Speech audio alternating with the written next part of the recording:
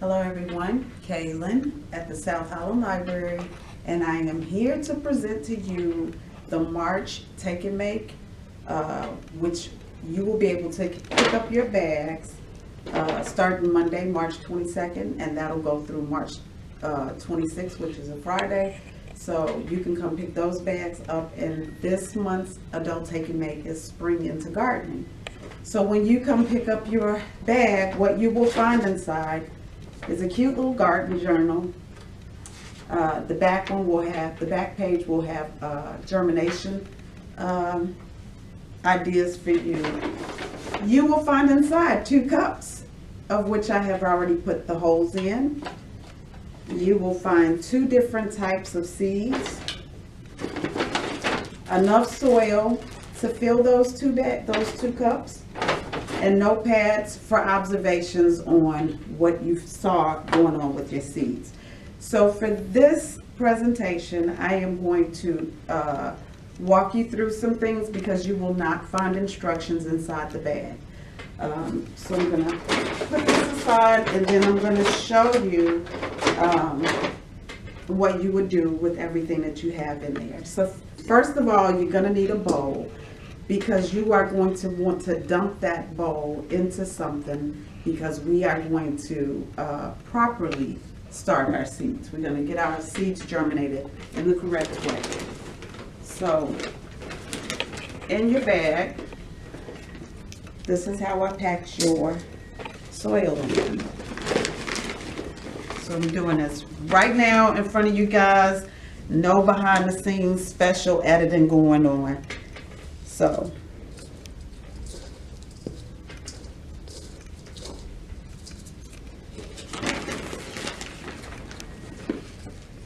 I'm going to put that much soil in. And something a lot of people don't know. When you are getting garden soil from a garden center, big box store, you can end up with soil gnats living in your soil, and you didn't know it, and you just wet the soil, sat it to the side. You notice one day that your seeds have germinated. You've got seedlings, they look really healthy, and then you go look at them again and they're dead. Now it could be one of 2 things. It could be dampening off where you have watered too much, or it could be the dreaded soil gnats. So fungus gnats. So I'm going to show you how you can avoid fungus gnats from the beginning. So I have my soil here. Of course, at home you would bring your water to a full boil. This is just one of the little kettles, and it'll be good enough. So instead of wetting your soil with just tap water, you're going to do it with boiling water. And the nice thing about seed starting soil, and you're going to use more water than you think you need. The nice thing about seed starting mix is that there's really nothing in there to feed the seeds. So you don't have to worry about killing off your fertilizer or whatever you think might be in there that's good for your plant. So there we go. I have mixed this up, and you can see that it's hot. I can hold it, but it's uncomfortable. I mean, I don't want to stand here holding it forever, but this is where you want it to be, and you can see that. Now, some will have you to wet it just until it is the consistency of sand, so not quite that wet. What I have noticed is that if you get it wetter, you don't have to water it. You don't have to worry about watering it again at the beginning. You can leave it for a little while. So now I have a bowl to sit this in, so I'm going to take my cup. And I'm not pushing that soil down in there aggressively. I'm not trying to pack it, but I do want it to go all the way in. And I'm just filling my cup up. Nice and gentle, easy peasy. And when you sit your cup into something and we're not going to use a paper bowl, you don't want to use anything paper, you don't want to use a paper plate. You really need to have something that will be able to get wet over a longer period of time, because you wouldn't want this breaking down. What you will notice if you do it the way that I have done it is that you will see water in the bottom. It'll start to drain out, and that's what we want. So for these purposes, I'm going to show you how to start a few different types of seeds. So this is a spaghetti squash. So spaghetti squash, cucumbers, melons, those types of seeds are going to be large like this. So when you are planting these, you have the end, you have that pointy end, and you have the rounded end. And you saw the steam coming off of it won't do anything bad to the plant, bad to the seeds. If you feel like your soil is a little too hot for your seeds, leave it to cool off just for a few minutes. But what you want to do, because if you have fungus gnats anywhere in the vicinity, they are going to be attracted to this once it starts to cool down. So if you feel like it's too hot, lay a piece of plastic over it and go away for a few minutes. So back to this. So I've got my nice spaghetti squash, and I'm just pushing it down in there, pushing that one down in there, and then I'm going to take a little bit of soil and put it over at the top. That's simple. You don't have to overthink getting the seed started. So that is a larger seed, and I'm going to let that drain out, and you can actually let that go on for about an hour, and then you can dump that off. You don't need to have the water sitting in the bottom. So the next one I'm going to do, we've done a large one. I'm going to show you the tomato seeds. When you open your Take and Make kits up, you're going to notice that there are not a lot of seeds in each one. You don't need to waste seeds. If you had a lot of acreage and you just wanted to broadcast seeds, that's fine. But for the home gardener, don't waste your seeds. Start what it is you think that you're going to need. Germination rates are pretty good for the seeds of that season. So everything that is marketed for 2021, though, you're going to get good germination on those. So you don't waste your seeds by putting 12 seeds in a cup, unless you want 12 plants. So let me do this one. I'm going to put some soil inside this cup, and then I'll show you how we do the tomato.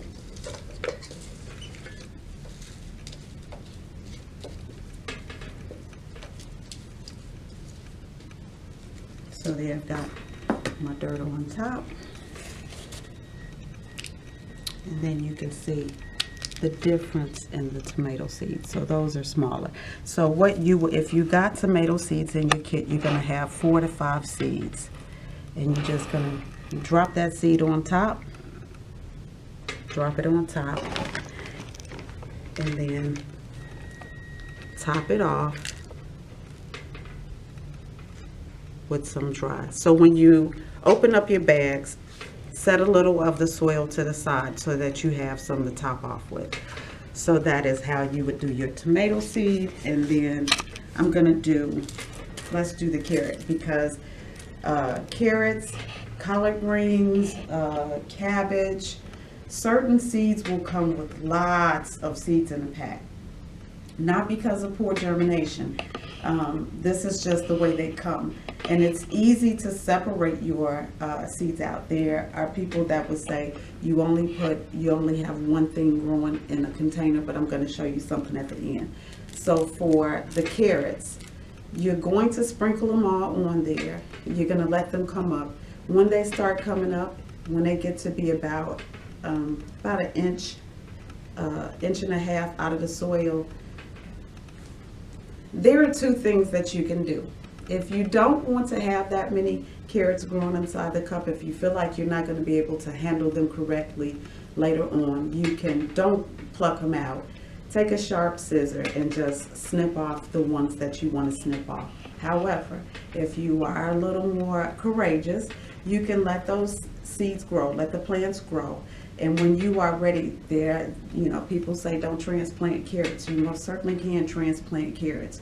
So what you would do is when they get to, you know, 3 or 4 inches, then you could take that whole soil block out of that cup, put it into water, and just gently let the water break the soil apart, and then you would gently put those carrots into something else that, you know, preferably into the nice deep container that they're going to finish growing in. So I'm going to show you how you do the carrots, and I'm going to need some more soil because this is more than 2 cups. And I think I'm going to show you guys one more, the cabbage, because cabbage is done the same way as the carrots. Only I wouldn't throw anything away. I would, and I'll show you that with cucumbers that I bought from home. You can start more than one thing inside of a cup, and then you just separate it out later. So I'm adding some more water because we don't want dreaded fungus gnats to kill anything. And do as I say, not as I do. Make sure you wear gloves when you're doing this, because sometimes there are things in the soil that can be not good for your skin. So I've got another cup mixed, and I am going to, and now you can see that the water has cooled down enough, but I can still feel that there's heat there. So any nematodes, any fungus gnats, anything bad that might have been in there, it's not in there anymore. So now we're going to take our carrots, and there are carrots that you can get that are pelleted. You can purchase pelleted carrot seeds, but it's really not necessary. Just regular seeds, and I am just going to sprinkle them on the top. And you can see how nice and cute those are. And the same thing, I'm just going to lay soil on top. You don't have to overthink this. It's not a hard thing. And then for the last one, I'm going to do cabbage. And I'm specifically doing cabbage because it does something that is much like something that I bought from home, and I'm going to show you guys that. So first, let me get the cabbage in. The depth that the seed packets recommend, our recommendations, the things that I would take more seriously are the ones that says surface sow. And so these are really delicate seeds like strawberry seeds, like carrot seeds. You don't want to, because that's such a tiny seed, and what it has to do is come out of that shell and get up through, go through the soil to get up to the air. So you don't want to cover them over and, you know, they're dead before they started, because they just are so small and delicate that they couldn't get through that soil. So this is a good way to keep that from happening. It's just put it on the top, sprinkle the dry soil over it. And that's also another way of letting you know when you need to water again. So cabbage comes in. This is what cabbage seeds look like. You don't want to overdo it, but I'm gonna do like, that was probably 10 of them. Set those to the side. That was probably 10 seeds that I put there, and that is enough for that cup, because you most certainly can separate that out after they break the surface. So guys, that's pretty much what you're gonna do with what you have received in your pack. What things that I want to point out? Something you do want to do is not forget, I had a marker, okay. The nice thing about starting the seeds in these cups is that you can write on the side what it is, so that you don't forget what it is. And I suggest that you decide which cup is going to grow which thing, and you write that on there. Also, write on there the date that you started it, because if your seed has a germination, let's say that they say it will germinate in 7 to 10 days, and it's 22 days, you can pretty much hang that up. But sometimes the germination will say 7 days, and it may be 12 days before it comes up. Sometimes it'll say 5 to 7 days, and 3 days later you've already got something going through. So be a little flexible with yourself on that. I have bought from home with me the Burpee seed starting mix. So when it says seed starting mix, it is pretty much just cocoa core, perlite, vermiculite. It's just something light and fluffy for the seed to break the surface through.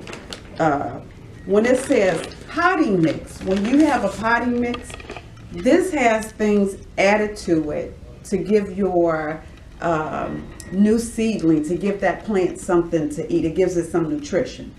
You can do either or. If you start with the seed starting mix, when you up pot, we're going to talk about that in a minute. When you up pot, you're going to have to feed it anyway. So why not start with a seed mix that is designed to be used with vegetables, and then you don't have to worry about you won't have to worry about adding some sort of fertilizer when you up pot. So when I say up pot, these are cucumbers that I started at home, and as you can see, I use the plastic cup as well. Each one of my cups had 4 cucumber seeds in it. Cucumbers are another one that people suggest that when you start more than 1 seed in the cup, that you don't handle them, that their roots are sensitive. I have never had a problem with this.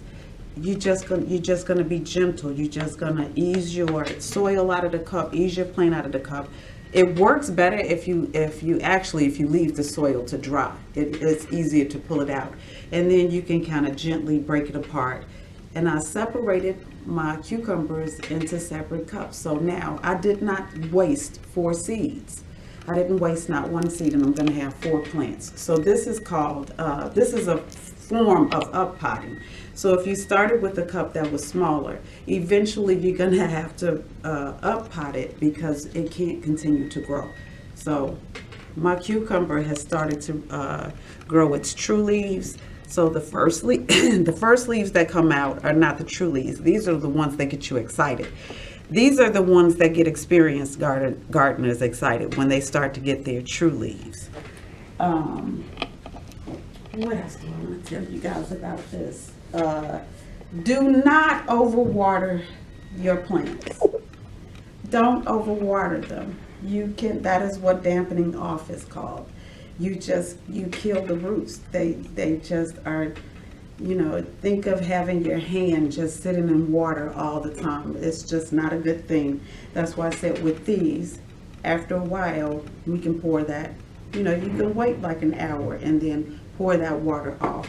But you won't have to water that for a while. And you generally can fill the cup and you can tell that it's still moist. Trust me, your plants, your starts do not need as much water as you think they do. Once they get to this point even, don't overwater them. A little bit of stress is good for your plants. A little bit. It toughens them up. I'm not going to get any more into detail with what we're going to do with these. I'm hoping that we can meet up again later in the summer and you guys can see how this is doing. We can have fun sharing with each other how our plants are going. One thing I do want you to understand is that when you grow what you eat, you get to choose the tomato. You're not stuck just getting a red tomato from the supermarket.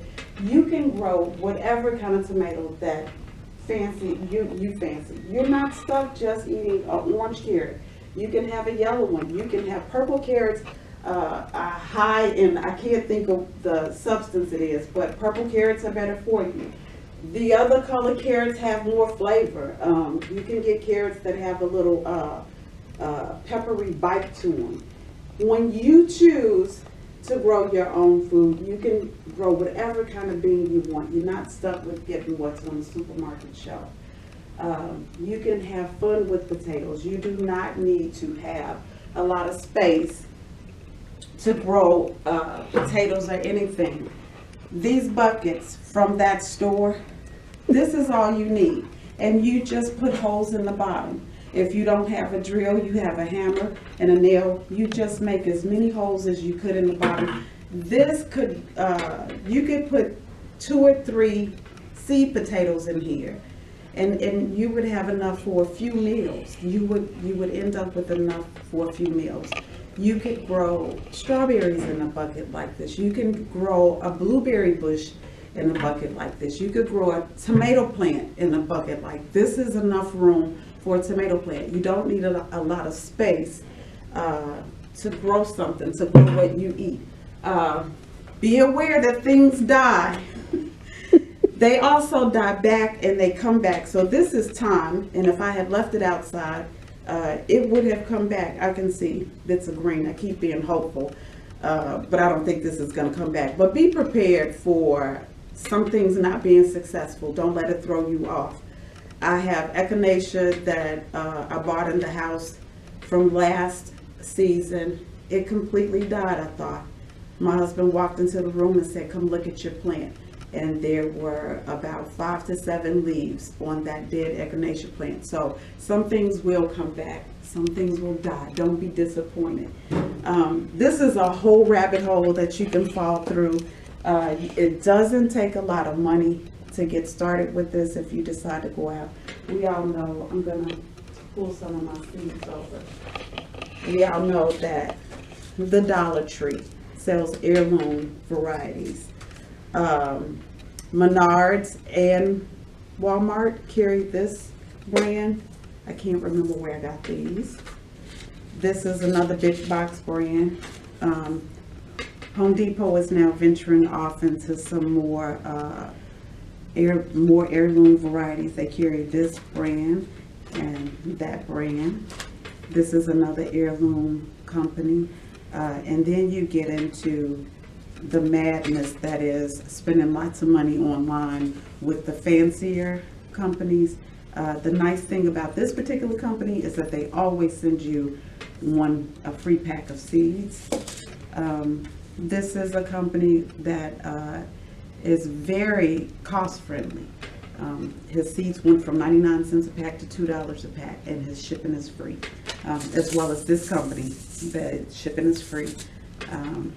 So this is a rabbit hole that you can fall down, and it's a beautiful rabbit hole to fall down.